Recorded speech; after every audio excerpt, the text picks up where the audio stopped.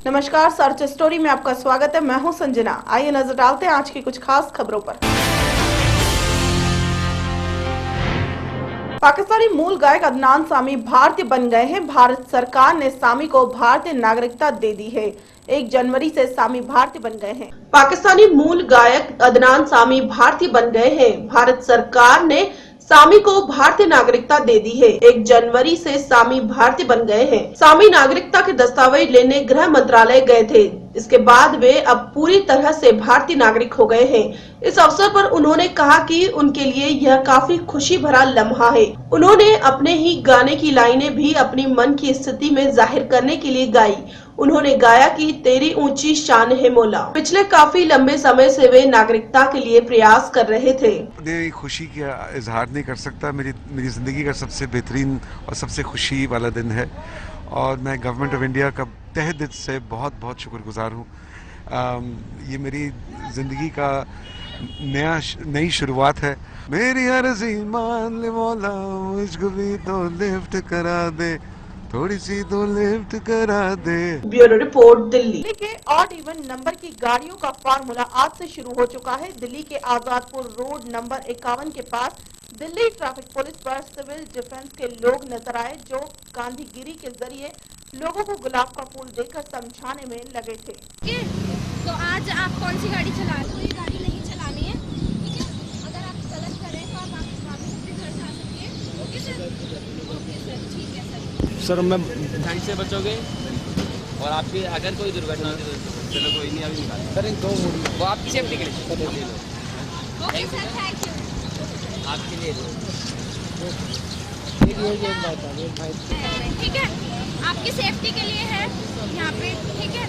नहीं सर, आपको हेलमेट पहनना है, अपनी सेफ्टी पूरी करनी है आपको। Okay sir, happy new year.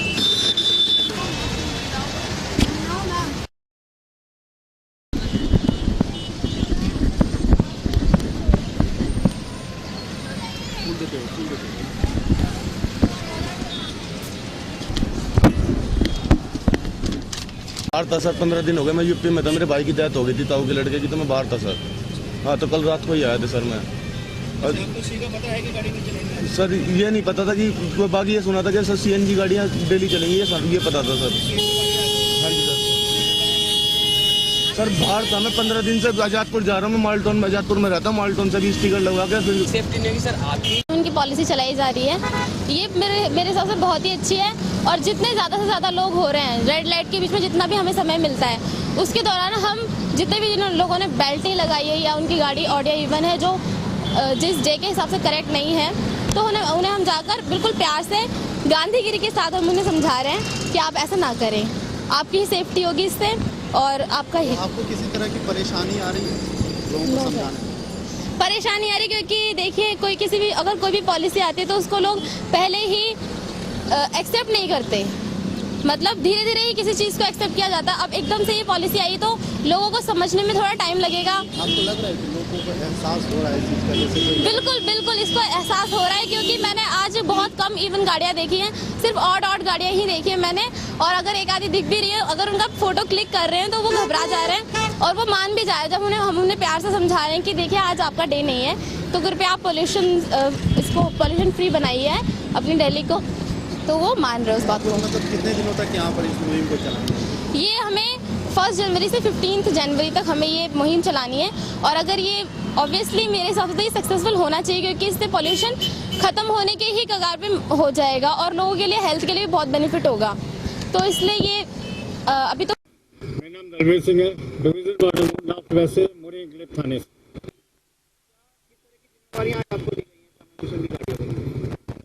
हमें एक्चुअल में उनके बारे में बताया गया है। आज जो है नंबर 1, 3, 5, 7, 9 का है। उसके अलावा जो दूसरे नंबर की गाड़ी है जैसे 2, 4, 6, 8, 0, इस नंबर की गाड़ियाँ आज रोड पे नहीं चलेंगी। अगर वो चलती हैं हम उनको नोट करके टीआई साहब को बताएंगे, वो उनके चालान करेंगे।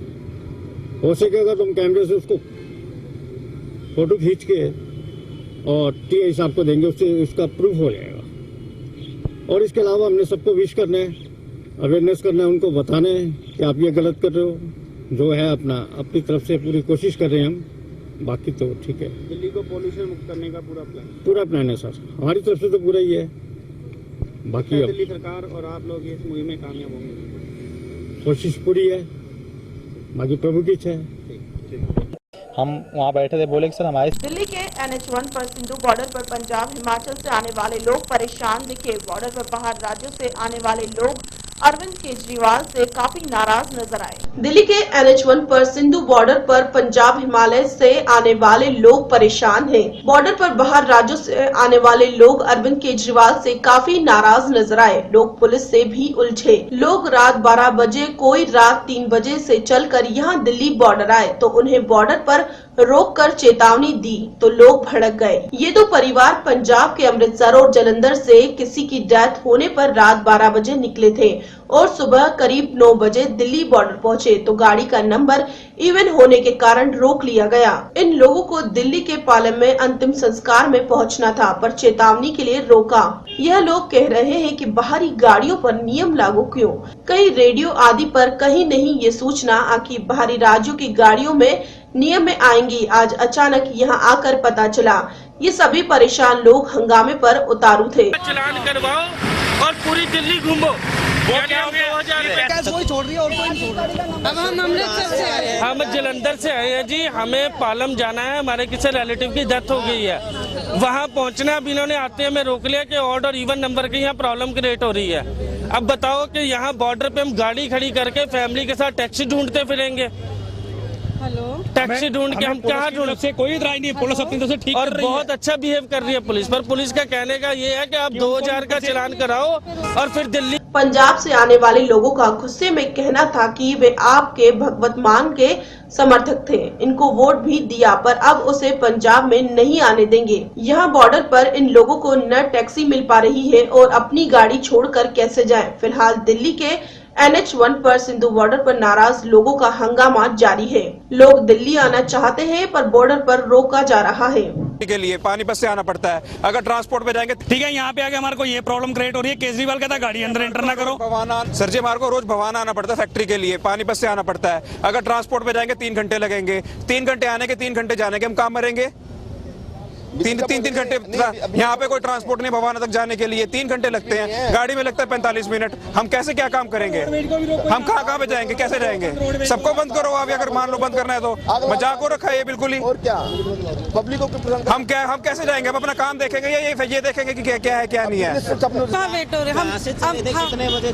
हम अमृतसर से 2 बजे चले थे, 4 बजे जालंधर वाले इकट्ठे हुए हैं।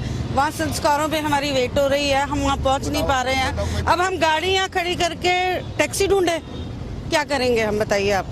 हमारे सिस्टर की मैरिज है, वहाँ पे जाना है। कोरोना इतनी बड़ी बसों को आप बताओ, समझदार है तो आप भी जाएंगे, आपके साथ भी गाड़ी खड़ी करके कहाँ मारेंगे। रोडवेज को रुको।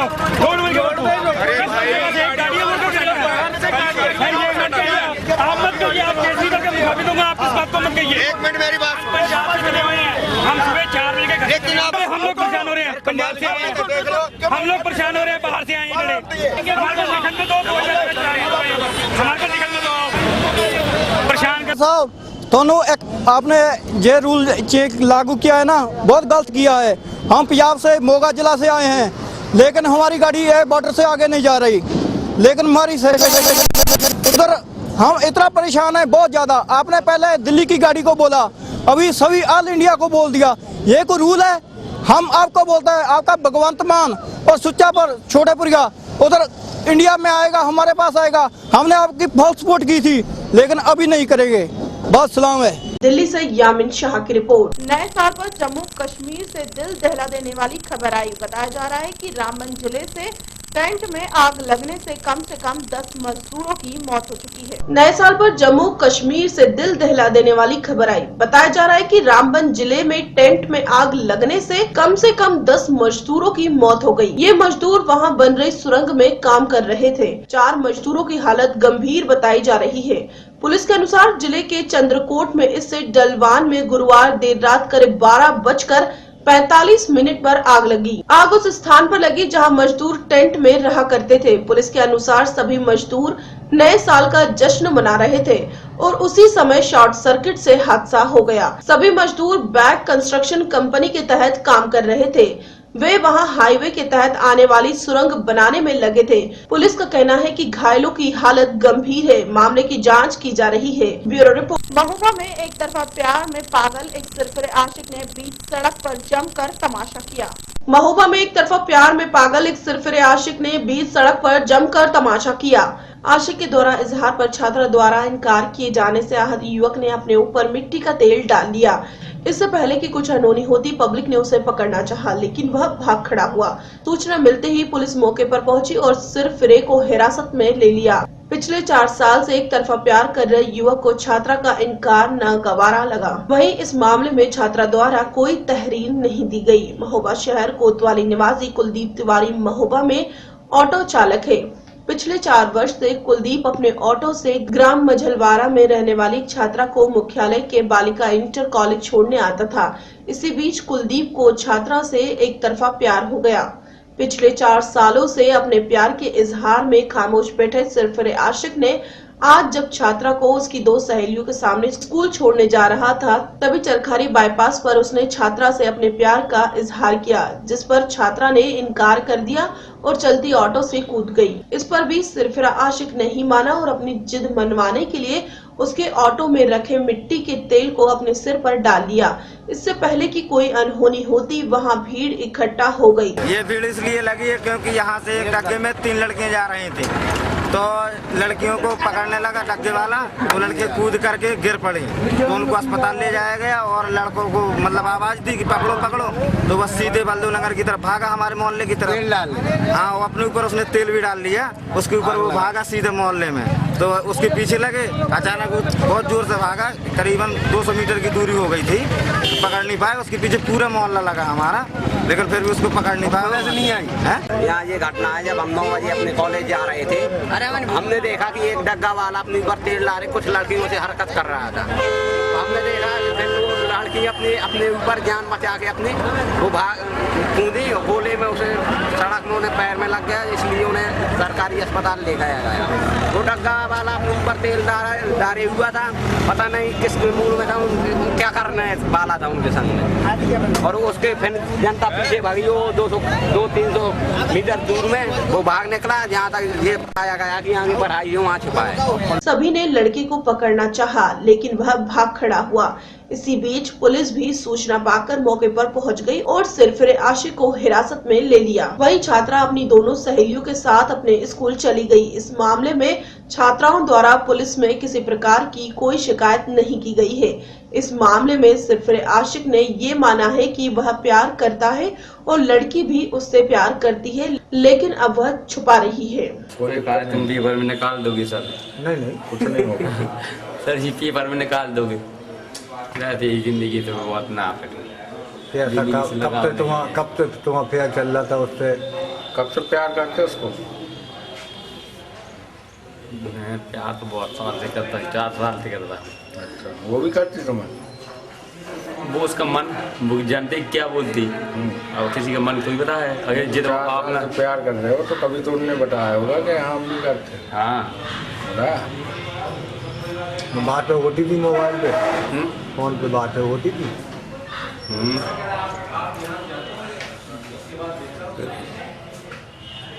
वहीं इस मामले में पुलिस कप्तान वजीर अहमद ने बताया कि युवक को हिरासत में ले लिया गया है। यदि पीड़ित छात्राओं द्वारा तहरीर आती है तो आरोपी के खिलाफ कार्रवाई की जाएगी। वो आग लगाने जा रहा था, पुलिस ने पकड़ लिया उसको जी, और वो थाना महोबा में है।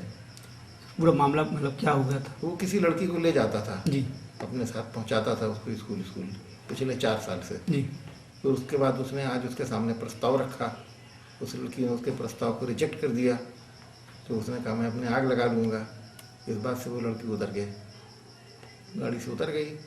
उसके बाद उसने कहा मैं अपने आग लगा लूँगा, परंतु पुलिस ने उसको हिरासत में ले लिया। महोबा से इसराइल कुरैशी की रिपोर्ट। मथुरा में अखिल भारतीय सविता समाज के बैनर तले ग्राम पंचायत बाद के समस्त सविता समाज के लोगों ने ग्राम प्रधान के सम्मान में एक स्वागत समारोह का आयोजन किया। अखिल भारतीय सविता समाज के बैनर तले ग्राम पंचायत बाद के समस्त सविता समाज के लोगों ने ग्राम प्रधान के सम्मान में एक स्वागत समारोह का आयोजन किया।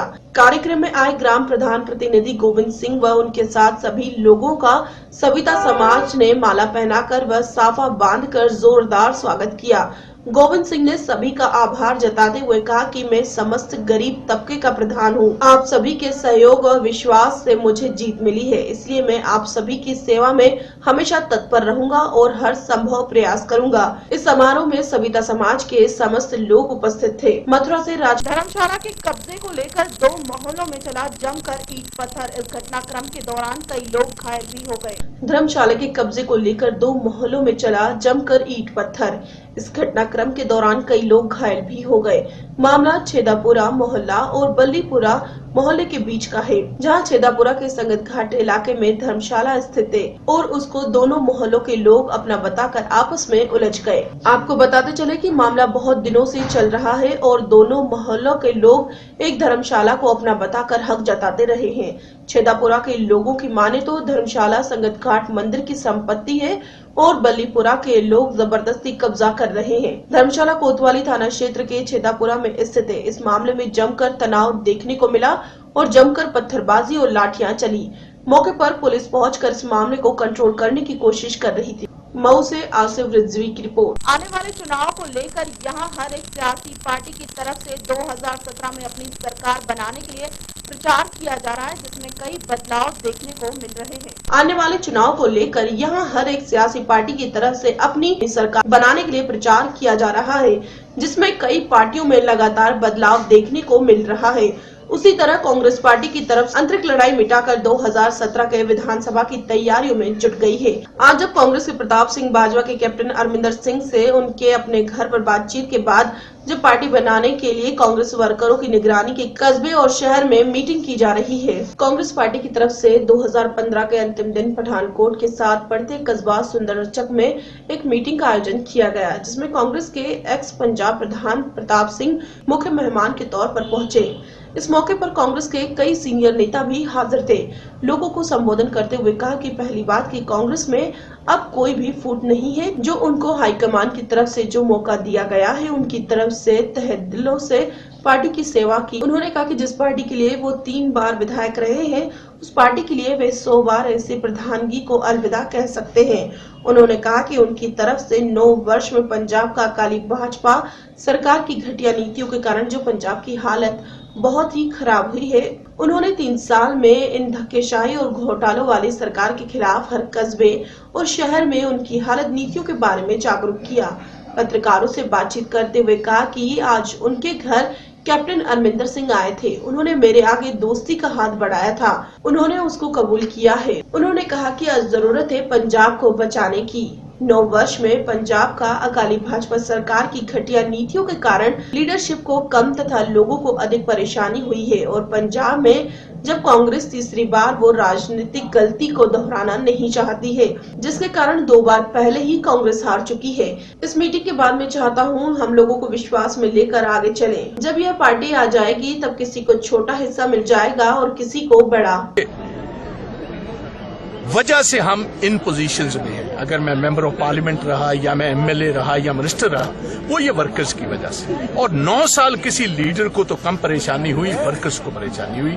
सो आज हमने हमारी टॉप प्रायोरिटी अपना सूबा बचाना, फिर अपनी पार्टी बचानी, फिर वर्कर्स बचाना। यानी 2 दिग्गज मिलकर जो है वो पंजाब की अगली राजनीति की किस तरह लिखेंगे?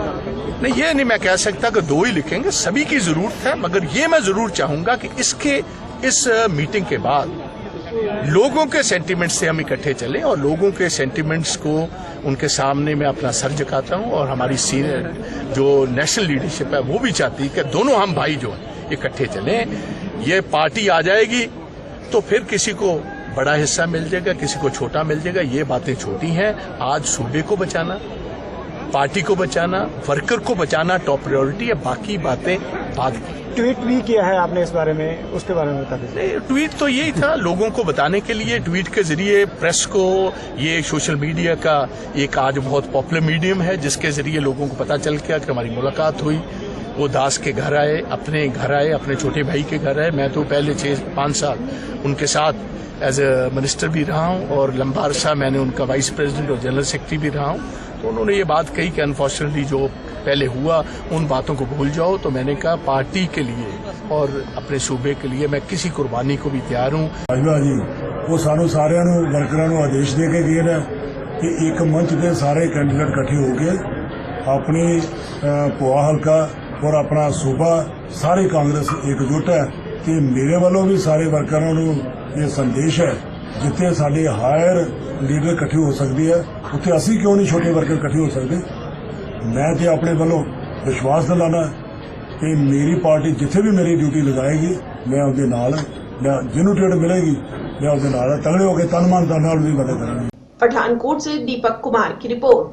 14 जनवरी के दिन मेला माघी पर होने वाले अकाली दल पार्टी की कॉन्फ्रेंस की तैयारियों को लेकर पंजाब के उप मुख्यमंत्री ने किया मुक्तसर साहब का दौरा। 14 जनवरी के दिन मेला माघा पर होने वाली अकाली दल पार्टी की कॉन्फ्रेंस की तैयारियों को लेकर पंजाब के उप मुख्यमंत्री ने किया श्री मुक्तसर साहिब का दौरा, जिस पर उन्होंने मालवा जो के 5 किलो के पार्टी वर्करों और लीडरशिप के साथ बैठक की और जोर शोर से मेला माघी की कॉन्फ्रेंस को सफल बनाने के लिए बढ़ चढ़ कर भाग लेने का साथ दिया और इस मौके पर उन्होंने पंजाब सरकार के 4 सालों में किए गए विकास कार्यों पर रोशनी डाली। जैसे जैसे 2017 के पंजाब विधानसभा के चुनाव नजदीक आ रहे हैं, सभी पार्टी अपने अपने हक की सरकारें बनाने के लिए एड़ी चोटी का जोर लगाने में लगी और लोगों से अपनी पार्टी में शामिल होने और चुनाव में बहुमत हासिल करने की कोशिश में लगे हैं।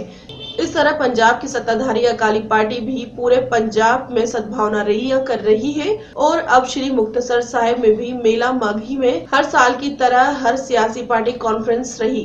दूसरी तरफ देखने वाली यह बात थी कि इस बैठक में अकाली दल की भाजपा का न तो कोई सीनियर आगू और न ही कोई वर्कर नजर आया। इसमें यह लगता है कि उनको बुलाया नहीं गया या वो इससे अभी किनारा करने लगे हैं। इस मौके पर जब पत्रकारों से पूछा गया तो वह बोले जो काम सीएम साहब ने किया है उनकी प्राप्तियों का साल है और लोगों का पीआर ही इतना है कि तुम देख ही रहे हो। जब उनसे आम आदमी पार्टी के बारे में पूछा तो उन्होंने कहा कि आम आदमी पार्टी तो फेल है, तुम दिल्ली जाकर देख सकते हो। कॉन्फ्रेंस होनी है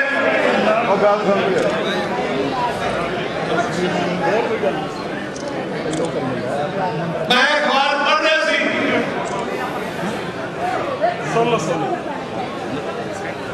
टोपी वाले कहते असी सिरसा जाके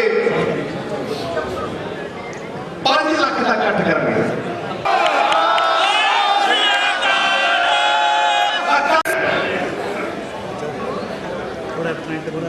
पंजाबियों की किसी कौम की जथेबंदी है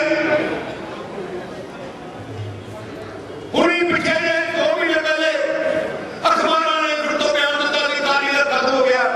मैं क्या दिखाना कितना खत्म हुई कर नहीं सकते ऐस करके सानू थोड़े ते मान है यार तुसी साडे परिवार दे जी हो। पूरी जिंदगी मेरे पिता ने थोड़े नाल ला दी अभी साडा परिवार ने ला दी थोड़े बुजुर्गों का मेरे बुजुर्गों का पीढ़ियां का संबंध उदो ही होया जो थोड़ा राज पंजाब से मैंने याद है इतों के मुख्यमंत्री होर बन गए बराड़ साहब पिंड भी चुक गया पहला सीएम पर 6 महीने साल करे पहला चुपका निकलिया जो साडी सरकार बदली उन्होंने फोन आया कहते पैसों का सेव निकली नहीं तुम अपने सानू घर को प्यार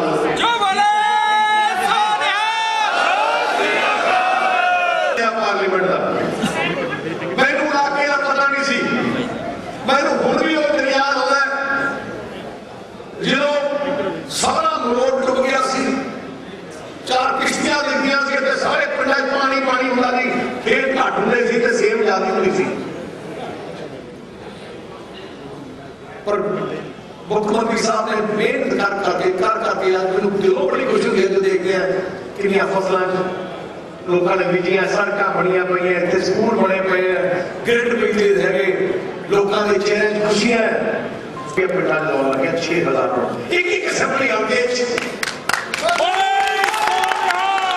मुक्तसर से तस्लीम डूडी की रिपोर्ट। सांसद प्रहलाद पटेल ने कहा कि नेशनल हेराल्ड मामले में कांग्रेस कर रही है देश को गुमराह। इतना ही कहूंगा कि देश को लूटने का काम कांग्रेस ने किया। और इसलिए जनता ने हमको नकारा। लेकिन घर भी लूटेंगे ये पहली बार मुझे पता चला। और ये तो न्यायालय का मामला है, इसमें तो कोई दूसरा गया नहीं। और ये नेशनल हेराल्ड का मामला कांग्रेस पार्टी का मामला है। और अगर आपने गलत ट्रांजैक्शन किया है, गलत ओनरशिप के बारे में किया, कौन फैसला करेगा? इसको मतलब फटकाने के लिए मैंने उस समय कहा था पार्लियामेंट में, मैंने कल के साथ कोई भोपाल में पार्टी से बयान जारी किया कि आपने सूखे की चिंता नहीं की, सोनिया गांधी की चिंता की, नेशनल हेराल्ड की चिंता की। आपने किसान की चिंता नहीं की जो मर रहा है, आप कांग्रेस की चिंता कर रहे हैं। देश की चिंता कब करेंगे? या तो आपने अपने नेता की चिंता की या पार्टी की चिंता की, देश की चिंता कब करेंगे? लोग नहीं बोल सकते, लेकिन मैंने तो बोला क्योंकि मैं मानता हूँ कि ये ठीक नहीं है। भाई आप कैसे कहेंगे कि हम गुनहगार हैं कि हमने उसको कह दिया? जिस जज के पास आपका मुकदमा चल रहा है उसको आपने कहा कि इसी के पास चलना चाहिए। ये तो ऑन रिकॉर्ड है ना। ये तो आप तो मीडिया पर्सन हैं। मतलब जिस जज ने ये फैसला सुनाया कि हम आपकी जब अब्सेंस नहीं मानते, आपको प्रेजेंट होना होगा, उस जज के बारे में कंट्रोवर्सी आई थी। कांग्रेस ने कहा कि उसको इसलिए हमारा केस वहां से मत हटाइए, उसी जज को सुनने दीजिए क्योंकि वो पहले से सुन रहा है।